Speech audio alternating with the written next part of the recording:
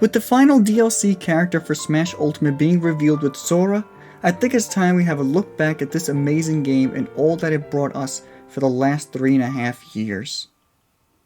I want to start this video off by first thanking Sakurai and his development team for all the hard work they've put into this game. Even if you're still waiting for your dream character to get in, there is no denying the insane roster we were gifted with, and quite possibly a roster we'll never see ever again. I also wanted to begin this video by going over some of my favorite moments from this game, and I'm sure some of these are your favorites as well. Just look at this roster and some of the character reveal trailers we got.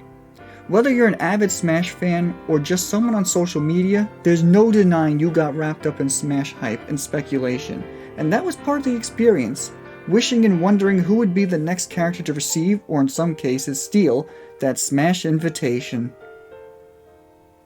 Of course, we have to start this video off by talking about that first trailer that said in big bold text, "Everyone is here."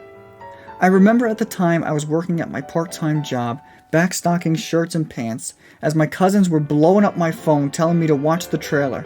So I put my YouTube app on and watched while I folded clothes in the back room of my job, trying to contain my excitement. Do you guys remember where you were when this trailer was announced? Then came that hot August day of 2018, when King K. Rool, my first dream character, was announced for the base roster of Smash Ultimate. I certainly won't forget that day because I was on my way to urgent care with 102-degree fever. It was a joyous and horrid day for me, as you could imagine. Little did I, or any of us for that matter, know what was yet to come for this amazing game. We certainly couldn't forget the bombshell of a troll Sakurai was when Piranha Plant got announced. We all laughed and knew that if this random Mario enemy could become a fighter, literally everyone and anyone was on the table for this game. I certainly can't forget about the Belmonts and Incineroar. While they may not have as big of an impact as the previous two characters I've mentioned had, these two fighters hold a special place in my heart, as Simon is one of my favorite characters to play, and Incineroar was the first Pokemon who didn't feel like a Pokemon, and I liked that aspect of his gameplay style. I have to say, out of all the Smash games, Ultimate's inclusions feel the most inviting, intuitive, and overall impressionable. Now we come upon the official DLC list, and I just want to give a rundown of my initial as well as final thoughts of each and every DLC fighter. Starting things off, we have Joker, who I had no idea who he was, as I've never played a Persona game, nor have I even heard of Persona before Smash. But that's one of the beauties of Smash Ultimate. It brought so many fan bases together and introduced so many people like myself to many video game franchises. My final thoughts on him are he's fun to play, but once Arsene comes out, controllers are most likely going to fly because of how busted he is. If I had to rank his inclusion, I'd give it a solid 7 out of 10 personally. At E3 of 2019, we got hit with not one, but 2 DLC fighters, starting off with Hero. While I never played the main series Dragon Quest games, I was a big fan of Dragon Quest Monster Joker, or DQMJ, on my DS growing up, so I had an idea this time around of the franchise. My initial thoughts were, okay, cool, but it wasn't until Sakurai's presentation, when he showed off all of his moves, that I got intrigued by him. Overall, Hero was a fantastic addition to the cast, and his randomness makes for such fun gameplay and cool montages. If I had to rate his inclusion, I'd give him an 8 out of 10. On the same day that Hero was announced, so was my next dream character in Banjo and Kazooie. As a kid who grew up in the 90s and still avidly plays his N64, this inclusion struck home because it told the fans we're listening and everyone truly is here. I love everything about this character, from his simplistic gameplay to the love and care Sakurai put into them. In fact, Banjo and Kazooie were the main reason I made this channel and where my name originates from, since they're developed by Rare. This DLC fighter was the first one that genuinely got me excited, and as you can imagine, is an easy 10 out of 10 for me. Terry wound up getting leaked before his announcement, but I still didn't know who he was. I remember watching his reveal trailer, and I was just awestruck by him.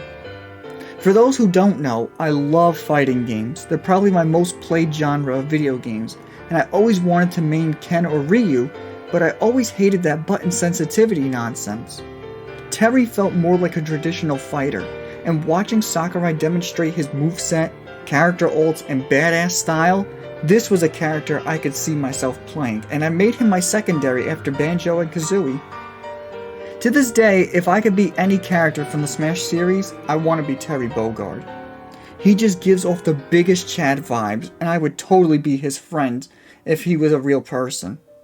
I gotta give his inclusion a 9 out of 10, easily. Last in the first wave of DLC is unfortunately Byleth, and don't get me wrong, their gameplay style is unique and fun, but I think anyone who isn't a Fire Emblem fan can agree that this was a very disappointing DLC fighter, not just because of who they are and what they represent, but also because of their timing. Remember, this was back when we thought this was the end-all be-all for Smash DLC. I think I speak for most people when I say that the Cuphead Mii costume that came with her was more exciting than Byleth herself. I'll be generous though and give this fighter a 5 out of 10 just because of their playstyle. While many were disappointed with Min Min starting DLC Pack 2, I actually enjoyed her inclusion. She brought a whole new franchise to Smash, and she was quite a unique playstyle, albeit an annoying playstyle, but still a unique one to say the least. I also like that Nintendo put out a free trial of ARMS at the time of her release, which encouraged me to try her series out, and I gotta say, ARMS is a fun game, and I hope it gets a sequel in the future. All in all, I'd give Min Min's inclusion a solid 7 out of 10. Steve certainly rocked the block upon his announcement, as Twitter literally broke from his inclusion. I personally didn't want Steve in Smash, but his inclusion is certainly fitting, as Sakurai set out to make a video game that celebrates gaming, and who is more iconic than Minecraft Steve, hailing from the most purchased franchise worldwide. That statement alone was a prerequisite for a Smash invite. Sakurai and his team put a ton of heart and soul into this character, and while I hate Steve Player's gameplay, he certainly is deserving of a spot in Ultimate. I'll give his inclusion a 7 out of 10 just because of how much I hate versing Steve Players. As someone who has never played a Final Fantasy game in his life, I thought Sephiroth was Alucard during his reveal trailer, which got me hyped, but then I realized it wasn't Alucard, and that made me upset. But in all seriousness, Sephiroth, like Terry, was a cool addition for me personally. His nonchalant attitude and evil demeanor are just too badass to ignore. My Sephiroth montage is also like my most viewed video on my channel for some odd reason. I'm not even that good at this game. Sephiroth is not only fun to play as, but he's also fun to play against because he isn't overly busted once you get in on him. I'm going to give his inclusion an 8 out of 10 for being the only villain on the list, and a badass one at that. Aside from Byleth, Pyra and Mythra felt like the only waste of DLC for me. They are first-party reps that don't add a new franchise to the game. It's like if they added another Pokemon or Mario character to the game. With so many missing fighters from the roster, and it being so close to the end of Fighter Pass 2, this one hit a lot of us in the gut. I also really hate playing against them, so not only do I feel like their inclusion was in vain, but I hate seeing my opponent use them. I get the double whammy. Now, I'm sure everyone has that one character they wish wasn't in Smash, and for me, this is it. I'm sorry to the Pyra Mythra mains. Aside from being eye candy, they don't bring anything to the table. If you really wanted them in the game, they needed to be base roster fighters, because adding them as DLC still feels like a waste to me. Let's move on before I give myself a brain aneurysm on the subject. 3 out of 10. And then we go from my most hated character in Smash to my favorite character in Smash. As I stated before, fighting games are my favorite genre of video games, and Tekken is my all-time favorite fighting game series.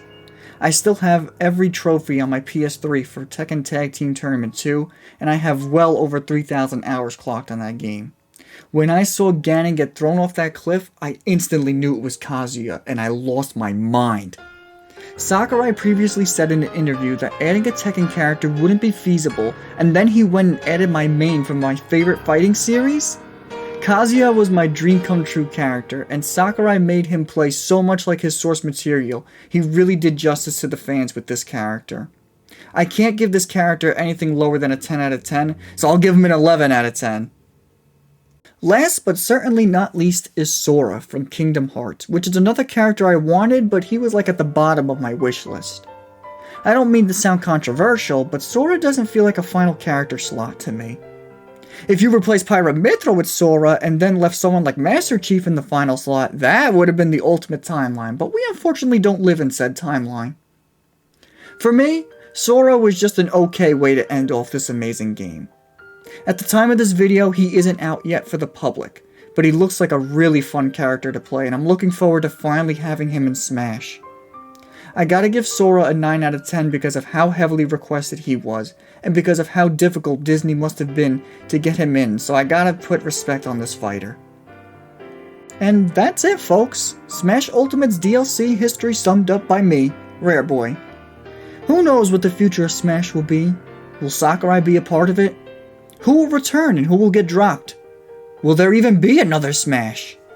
So many questions that only time can answer, but I'm curious to know what you think in the comments section. Who was your favorite character from the DLC, and for what reason? Let me know. I love hearing your stories. If you're a Pyramithra fan, tell me in the comments how much you hate me and how you'll never watch another one of my videos ever again. But in all seriousness, it's all love, and I know someone out there wanted those two big-breasted beauties, and they feel the same way about them as I do about Kazuya. This has been your boy Rare Boy, and I'll catch you all in the next one. Peace. Red, white, and blue, yeah, I love this place. Excuse me, did you just watch this video? You must have if you made it this far into the video. And yet you haven't liked, commented, shared, or subscribed. The Rare Boy working very hard on these videos. Please do the man a favor.